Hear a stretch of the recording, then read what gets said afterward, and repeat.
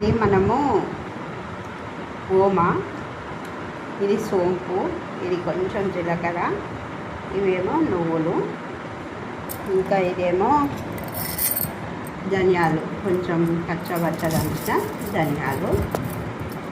ఇట్లా ఇవన్నీ వేసుకోవాలి. మనం ఒక 6 గోధుమ రొట్టెలు వేయాలనుకుంటే దానికి తగిన పిండి కూడా ఇందులో వేసుకోవాలి. వేసుకొని అందులో కొంచెం ఉప్పు, కొంచెం సోడా, కొంచెం నూనె వేసుకొని ఇవన్నీ బాగా మిక్స్ చేసుకోవాలి. గోధుమ పిండిలో కొంచెం ఇట్లా నూనె వేసుకోవాలి. ఇట్లా మనకు సరిపడా ఉప్పు వేసుకోవాలి.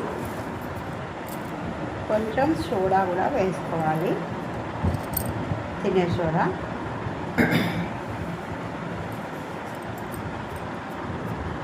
సోంపు, ఓమా, ధనియాలు, జీలకర్ర, కొంచెం నువ్వులు, ఉప్పు, సోడా, నూనె ఇవన్నీ వేసి మంచిగా కలుపుకోవాలి. చపాతీ పిండిలాగా కలిపి 1 గంట నానబెట్టేసేయాలి. నానబెట్టిన తర్వాత మళ్ళీ నేను చూపిస్తాను ఎలా చేయాలి.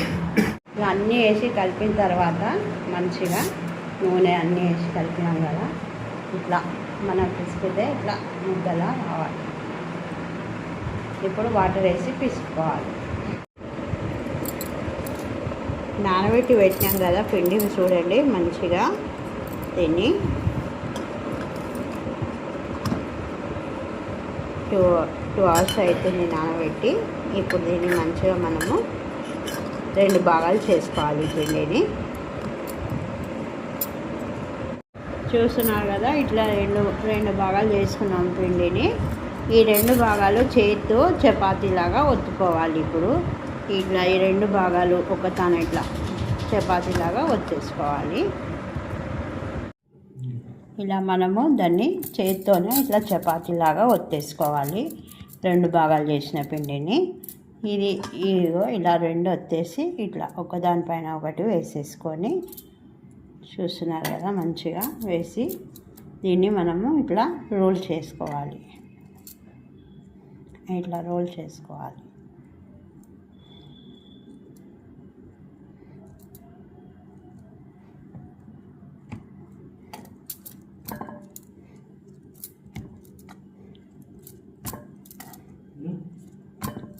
ఈ రోల్ చేసుకున్న తర్వాత మళ్ళీ 2 భాగాలు చేసుకొని దీన్ని ఆవిరి పైన ఉడికించుకోవాలి.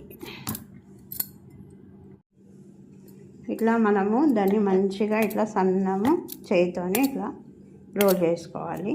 దీన్ని ఇప్పుడు మనము ఆవిరి మీద ఉడికించుకోవాలి. ఇట్లా చేసిన దాన్ని చూస్తున్నారు కదా.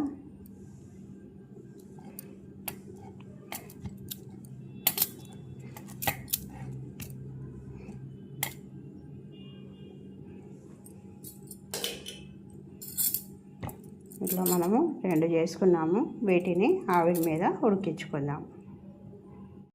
స్టవ్ వెలిగించుకొని ఇలా ఆవిరి నీళ్ళు పెట్టేసుకున్నాము. ఆవిరికి నీళ్ళు కొంచెం వేడైన తర్వాత మనము చేసి పెట్టుకున్నవి ఈ ఆవిరి పైన పెడదాము. ఇట్లా చేసి పెట్టుకున్నాం కదా, వీటిని ఆవిరి పైన ఉడికించుకొని చూపిస్తాను. కొంచెం నీళ్ళు వేడైన తర్వాత దానిపైన వేస్తాము. చూస్తున్నారు కదా మంచిగా ఆవిరి వస్తుంది, వాటర్ మంచిగా మగ్గుతున్నాయి. ఇప్పుడు పైనుండి వేసుకుందాం మనం.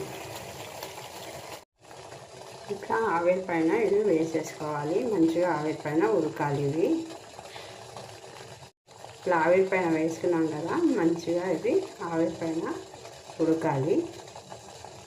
ఉడికిన తర్వాత వీటిని డీప్ ఫ్రై అయినా చేసుకోవచ్చు, లేదా ఇంకా పైన కొంచెం నూనె ఆయిల్ రాసి అయినా చేసుకోవచ్చు, లేదా ఓవెన్లో పెట్టి కూడా చేసుకోవచ్చు. ఇవి టీ టైమ్ స్నాక్స్. మీరు కూడా చేసుకోండి. ఒకసారి ఎలా ఉన్నాయో చెప్పండి. ఇలా ఆవిరి పైన పెట్టి మూసేసి పెట్టాలి.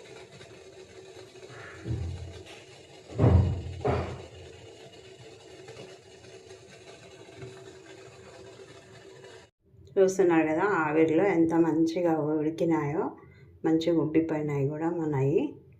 ఇప్పుడు వీటిని తీసి కట్ చేసుకోవాలి. చూస్తున్నారు కదా, వీటిని మంచిగా ఇలా కట్ చేసుకుంటే ఎంత మంచిగా వచ్చినాయో, ఎంత బాగా ఉడికిపోయి ఎంత పఫీగా వచ్చినాయో. వీటిని మళ్ళీ మనము పెంకకు ఆయిల్ రాసి కొంచెం ఫ్రై లాగానన్నా చేసుకోవచ్చు, లేదా డీప్ ఫ్రై చేసుకోవచ్చు, లేదా ఆవెన్లో కూడా పెట్టుకోవచ్చు. ఇలా అన్నీ ముక్కలు ముక్కలుగా కట్ చేసుకోవాలి.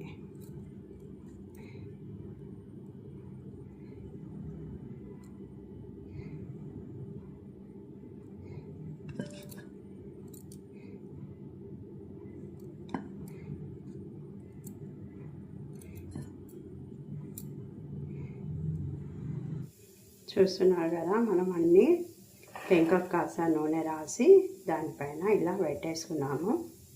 పెంక మీద అన్నీ మంచిగా